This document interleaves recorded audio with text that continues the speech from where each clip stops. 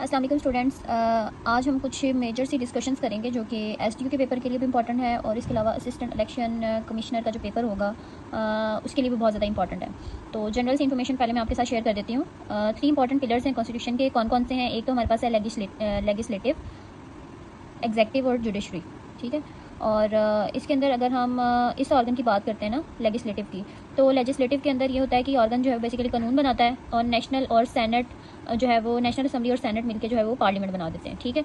और provincial level पे अगर हम देखते हैं तो प्रोविंशियल असेंबलीज इसके अंदर आ जाती हैं। एग्जेक्टिव ऑर्गन अगर हम देखते हैं तो ये वो ऑर्गन होता है जो कि कानून पे अमल करवाता है, ठीक है। लेजिस्लेटिव में हमने देखा है कि वो ऐसा ऑर्गन होता है जो कानून बनाता है और उस पर अमल कौन करवाता है, एग्जेक्टिव ऑर्गन जो होता है, ठीक है। और जुडिशरी जो होता है वो तो आपको पता ही है कि वो ऑर्गन होता है जो बेसिकली कानून के मुताबिक इंसाफ करता है, जैसे कि आपकी सुप्रीम कोर्ट आ जाती है, हाई कोर्ट आ जाती है, डिस्ट्रिक्ट लेवल पे या फिर कुछ स्पेशल कोर्ट जो भी जितनी भी होती हैं वो इसके अंदर आ जाती हैं।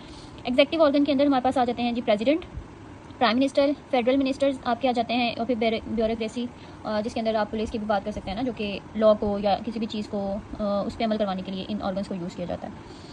अगर हम इसका छोटा सा एक ब्रीफ से इंट्रोडक्शन देखते हैं तो हमने लेजिस्लेटिव के अंदर देखा है कि ये लॉ मेकिंग करता है, ठीक है। एग्जेक्टिव जो है वो लॉ की इन्फोर्समेंट करवाएगा और जुडिशरी जो है वो लॉ की इंटरप्रिटेशन करवाएगा।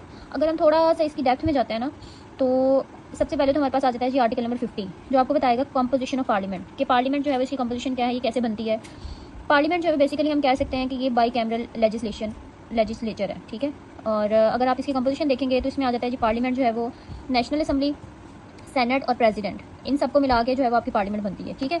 नेशनल असेंबली को हम कहते हैं जी लोअर हाउस, सेनेट को आप बोलते हैं अपर हाउस, और प्रेसिडेंट, इन तीनों को मिलाएंगे तो बनेगी पार्लियामेंट। पार्लियामेंट को हम मजलिस शूरा भी बोलते हैं, जो कि बनी थी 1981 के अंदर बेसिकली एस्टैब्लिश हुई थी। और इसके जो मेंबर्स हैं ना वो कौन नॉमिनेट करता है, प्रेसिडेंट नॉमिनेट करता है, ठीक है।